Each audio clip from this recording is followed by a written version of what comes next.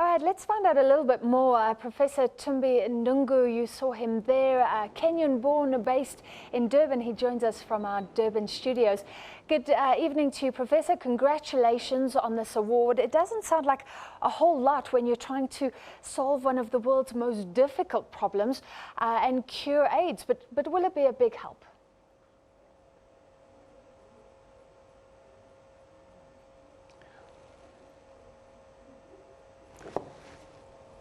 Well, thank you very much, Francis. I think I missed the last part of your question, but I can certainly say that this is a grant that is we are hoping to be able to eliminate HIV/AIDS.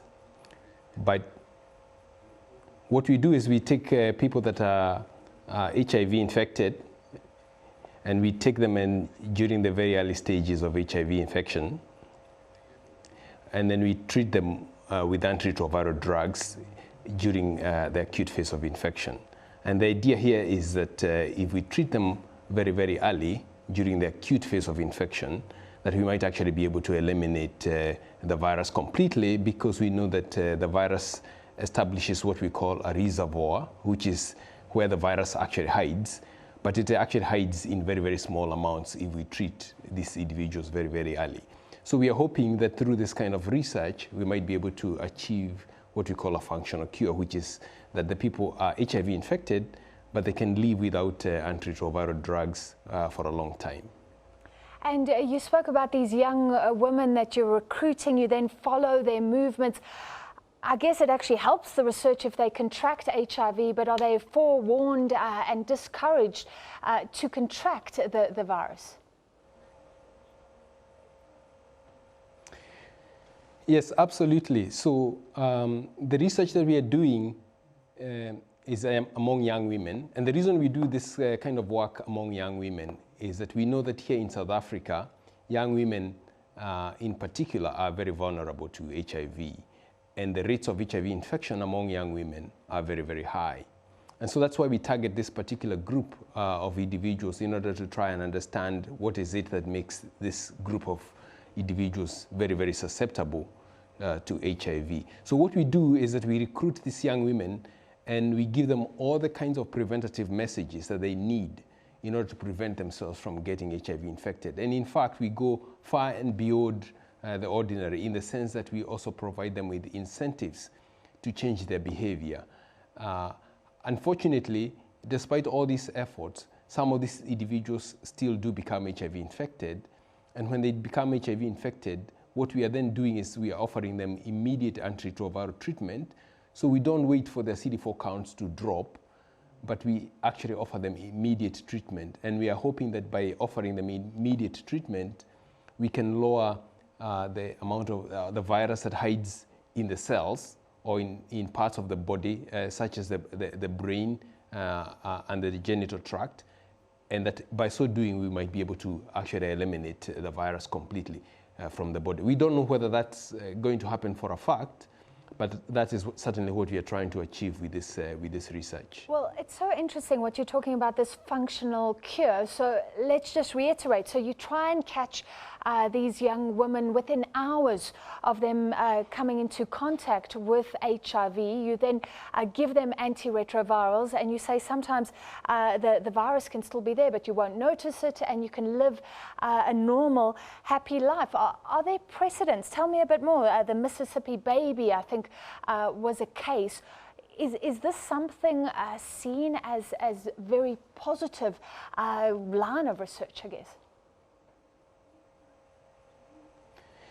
Yes, so Francis, the reason we are actually doing this kind of work here in South Africa is because of the precedent that has been set by other studies in other countries of the world. So for example, as you mentioned, we have one case in the United States of a baby called the Mississippi baby. This particular baby was started on antiretroviral drugs within 30 hours of getting HIV infected. And then this baby, for some reason, when the mother left the healthcare system, the child stopped taking antiretroviral drugs. Surprisingly, when the child came back into the healthcare clinic, they were found to be to have very, very low levels of the virus. In fact, for about 2 to 3 years, they could not detect the virus at all in this particular baby. And that's not the only case. There is other studies, for example, in France, in a study called the Visconti Study. And in the Visconti Study, they treated individuals very, very early during the what we call the acute phase of infection. So within a few weeks of getting infected. And what they found is that when these individuals stopped antiretroviral drugs, taking antiretroviral drugs for whatever reason down the line after about 3 years of treatment, the virus did not come back in about 14 of these individuals.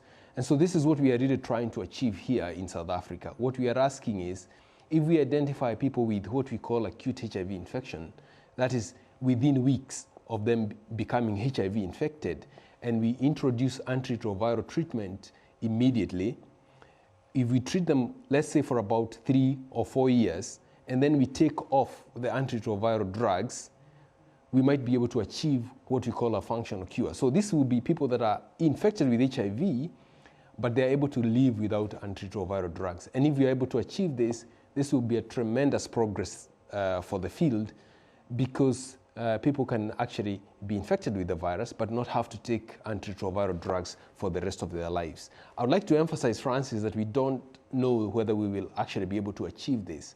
This is a research project that we have in progress.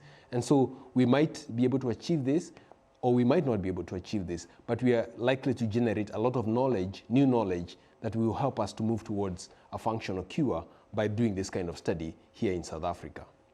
And we're doing it here, but it sounds like there are pockets of research all over the world. Is it worth having a specific effort in Africa? Do you think that a functional cure could even come out of Africa?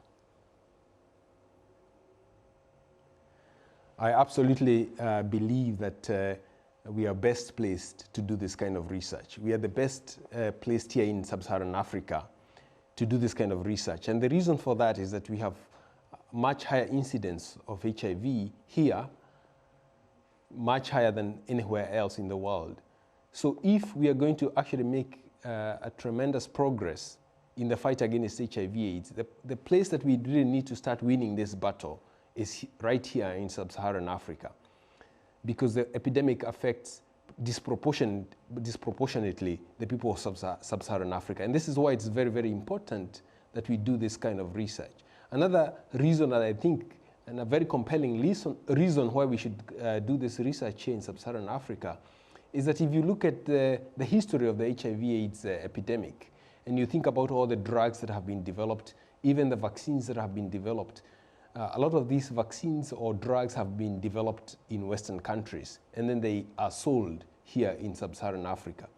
What we really need to start to do is to gain the knowledge that is required for us to make effective vaccines, effective drugs, and even to be able to cure HIV/AIDS. And so through a project like the one that we are doing, not only are we doing exciting, cutting-edge research to try and cure AIDS, but we are also training the next generation of African scientists. And in particular, for example, in the program that I work in, we have one particular initiative called the Sub-Saharan African Network for HIV and TB Research Excellence that is funded by the Wellcome Trust. And what we are trying to do here is to recruit young people to try and train them in these cutting-edge scientific techniques so that they can be the next generation of scientists that fight not only HIV/AIDS, but also other epidemics that might come in the future. All right, well, it sounds incredibly hopeful, and we wish you every success. Thank you.